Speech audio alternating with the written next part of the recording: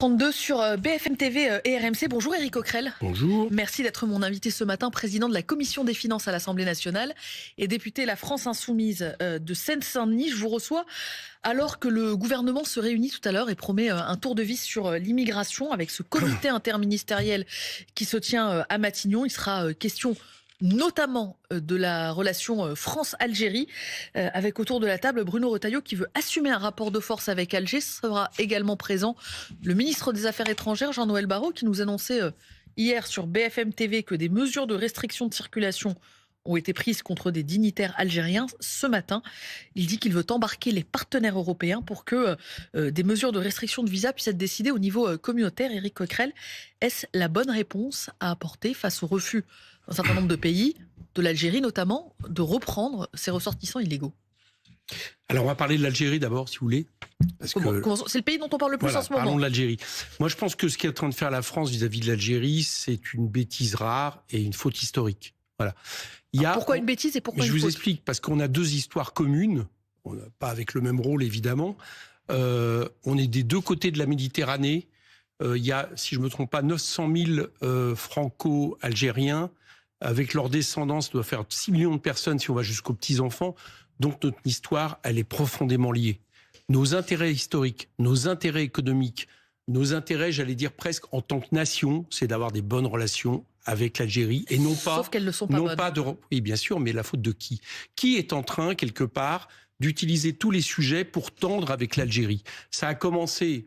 Je ne me prononce pas sur le fond, mais vous comprenez bien que quand cet été, ça a été refait il y a quelques jours par Gérard Larcher, hier je crois, va au Sahara occidental en expliquant qu'il est pour un Sahara occidental marocain, alors que tout ça est dans les mains de l'ONU, c'est-à-dire qu'il y a un travail qui est fait dessus. C'est des choses qui, évidemment, pour Alger, est vécu comme une provocation. Je ne me prononce pas encore. Je pense que la France ne devrait pas s'engager, ne serait-ce que par, justement, les franco-marocains ou les franco-algériens. Elle devrait faire attention, justement, à pas ouvrir des cicatrices et finalement, à agir en tant que puissance encore néocoloniale. C'est quand même paradoxal. Comment ça vous étonne pas que ça soit le ministre de l'Intérieur, Attendez, vous dire agir comme une puissance néocoloniale, oui, je qu'est-ce pense que vous voulez qu'aujourd'hui, dire? la France agit encore vis-à-vis des pays de l'autre côté de la Méditerranée comme une puissance néocoloniale. Ce que dit Bruno Retailleau, il dit la méthode douce, elle a été... vous parlez de Retailleau, vous trouvez que c'est normal que ça soit le ministre de l'Intérieur qui parle des relations franco-algériennes, c'est-à-dire par rapport à un pays, par rapport à un pays il a la étranger. charge de la question migratoire, le ministre de l'Intérieur. Il ne se contente pas de dire ça, vous il avez remarqué. Dit la méthode douce a été testée donc... pour faire en sorte que ces pays délivrent un certain nombre de laissez-passer consulaires, que l'Algérie, en l'espèce, délivre un certain nombre de laissez-passer consulaires. Bruno Retailleau dit ça n'a pas marché la méthode douce. Mais ça veut dire quoi, ça n'a pas marché la méthode douce? Et donc on fait quoi? On envoie des troupes en Algérie? Enfin, c'est quoi cette histoire? Qu'est-ce que c'est que cette tension qui est provoquée? Monsieur Macron avait été... Éric Coquerel, un point important, pour vous, elle est entretenue depuis Paris, cette tension? Je pense que Bruno Retailleau dit c'est l'Algérie qui installe le rapport de force. Je pense que montrer comme ça ses muscles sans arrêt en disant attention, vous allez voir ce que vous allez voir, alors qu'on va voir rien. Aujourd'hui, l'Algérie a moins besoin de la France que l'inverse, notamment au niveau du gaz, etc. Et il y a d'autres puissances qui l'ont très bien compris. Hein. Les États-Unis l'ont très bien compris. Elles n'ont pas ce rapport avec l'Algérie. Donc tous nos intérêts, je le répète bien, tous nos intérêts sont à l'inverse de cette espèce de confrontation, mais en plus de ça, qui met en tension une grande partie de notre population. Je vous ai dit, c'est pas anodin si vous avez... L'Algérie cherche à humilier la France. Dit le ministre de l'Intérieur, dit Bruno Retailleau. Est-ce que vous avez un ministre, excusez-moi, est-ce que vous avez un ministre de l'Intérieur algérien qui se permet de dire ce que doit être la France et les rapports entre la France et l'Algérie? Enfin, c'est quand même la façon de faire, c'est hallucinant. Je crois que M. Retailleau se rend pas compte que la colonisation c'est fini. C'est pas le ministre de l'Intérieur français qui gère les relations avec l'Algérie. C'est fini ce temps-là. C'était du moment de la colonie. Donc il faut arrêter, il faut baisser d'un ton, il faut avoir à nouveau des rapports diplomatiques normaux avec l'Algérie en tant que puissance à puissance, parce que ce sont deux pays qui devraient être des pays amis parce qu'ils ont une histoire commune. Et encore une fois, je vous le répète, est-ce qu'on pense à nos 6 millions de concitoyens qui, d'une manière ou d'une autre, ont une filiation avec l'Algérie? Je veux dire, ça met une tension terrible. Donc, que M. Retailleau se calme, c'est à M. Barrot et à la diplomatie française de se mettre au travail, et peut-être... Parce que vous voyez bien que derrière cette question de QTF, l'obligation de quitter le territoire français. Vous voyez bien que c'est autre chose dont il s'agit. C'est-à-dire que l'Algérie utilise ça c'est clair, dans son rapport aujourd'hui avec la France, qui n'est pas un bon rapport. Monsieur Macron avait été à Alger, avait comme il le fait souvent, dit un peu tout et n'importe quoi, parlé de nouveaux rapports. Il n'y a rien eu derrière. Il n'y a rien eu de concret entre la France et l'Algérie. Donc moi, j'appelle à l'apaisement, j'appelle à avoir des relations à nouveau, j'allais dire, moins conflictuelles, et que la France arrête aussi de se mêler peut-être de ce qui se passe de l'autre côté de la Méditerranée. Éric Coquerel, comment est-ce que vous vous y prendriez, vous, insoumis, pour, un, apaiser ces relations, et deux, obtenir de l'efficacité aussi dans les demandes françaises? Enfin, j'imagine que si vous étiez au pouvoir, vous souhaiteriez aussi que l'Algérie délivre plus de laissez-passer consulaires pour un certain nombre de personnes qui n'ont pas à être sur le territoire français. Oui, mais sûrement. Mais encore une fois, comment vous y prendriez? Comment ça se passe? Par exemple, je pense que si demain on se retrouvait, aller à Alger, bien sûr, je pense que si demain Jean-Luc Mélenchon ou par exemple présider le pays, puisque vous savez que je pense que ça devrait être notre candidat, ou si nous gouvernions, je pense qu'un des premiers voyages diplomatiques que nous devrions faire, c'est d'aller à Alger. Voilà, de renouer des liens, j'allais dire basés d'égal à égal avec Alger et rediscuter, et non pas d'avoir ce genre de rapport de matamor qu'aujourd'hui M. Rataillou utilise, avec, on voit bien en plus, parce que tout est derrière, un espèce de fond raciste qui est le sien. Je pense que ce n'est pas ça.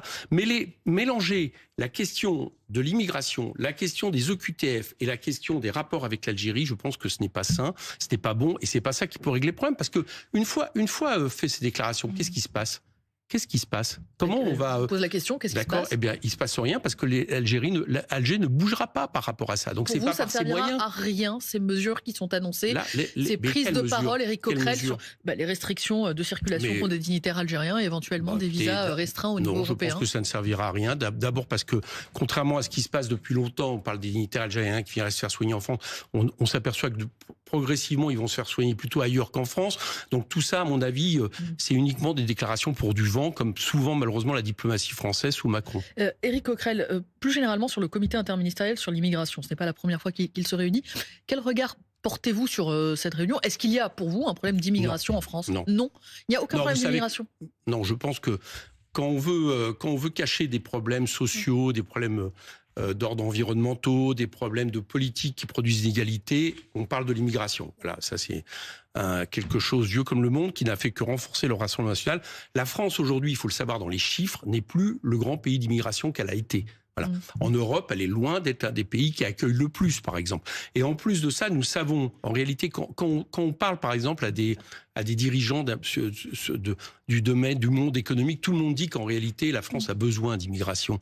Donc, on a une espèce de discours schizophrénique, si vous voulez, c'est-à-dire entre d'un côté l'idée que attention, on va fermer les frontières, on va être absolument drastique sur la régularisation des sans-papiers, sur un nombre d'OQTF absolument considérable.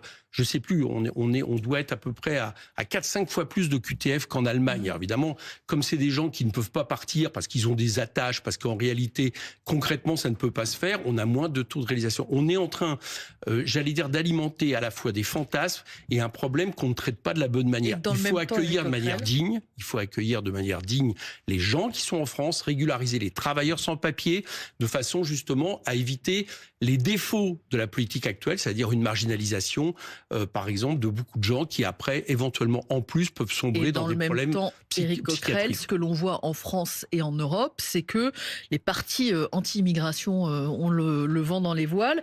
Encore en Allemagne, ce week-end, avec la percée de l'extrême droite, de l'AfD. En France, la popularité de politiques qui s'emparent de ce sujet. Bruno Retailleau, un Jordan Bardella, une Marine Le Pen. Est-ce que vous n'êtes pas, j'allais dire, à côté de la plaque, en disqualifiant, mais d'emblée, le sentiment d'une partie importante de l'opinion publique qui considère qu'il y a un problème? Oui, la popularité, je rappelle que M. Retailleau a fait partie de ceux qui ont le plus perdu aux dernières législatives, quand même. N'oublions pas qu'on parle des urnes. Ouais. Deuxièmement, en Allemagne, vous avez raison, il y a une percée de l'AfD. Il y a aussi, heureusement, une percée de Die Linke, totalement sur, c'est-à-dire, en gros, la formation, on va dire, la plus proche de nous en Allemagne, totalement sur des bases différentes, qui assument justement une bataille antiraciste, etc. Je crois 2 fois moins que l'extrême droite. Oui, peut-être, mais qui a doublé quasiment son résultat, ce qui est intéressant. Je ne dis pas je ne nie pas le danger de l'extrême droite, mais quand vous avez sans arrêt, et ça date malheureusement depuis longtemps en France, des gens qui vous expliquent que l'extrême droite n'a pas les bonnes solutions, mais elle parle de vrais problèmes, les gens finissent par penser que oui, effectivement, il y a un problème. Ce n'est pas lié à un sentiment réel des Français, ce que François Bayrou a évoqué comme un sentiment de submersion. Ils pensent que les copines servent à rien, il vaut mieux aller sur ceux qui, depuis le départ, disent qu'il y a des problèmes. Je pense que nous alimentons l'extrême droite en justement agitant le fantasme de l'immigration. Donc je vous le répète, je pense que la France n'a pas un problème d'immigration. Il n'y a pas trop d'étrangers dans ce pays, ce n'est pas vrai. Et y compris d'un point de vue pour la natalité, y compris pour l'économie, en réalité, elle aurait surtout besoin, je le répète, que les choses s'apaisent. Ça passe notamment par la régularisation des travailleurs sans papier. Bon, réunion donc sur l'immigration autour de François Bayrou sera à 14h. Il y aura probablement des annonces. لا تنسوا الإعجاب بالفيديو والاشتراك في القناة تشجيعا لنا لنستمر بنشر المزيد إن شاء الله.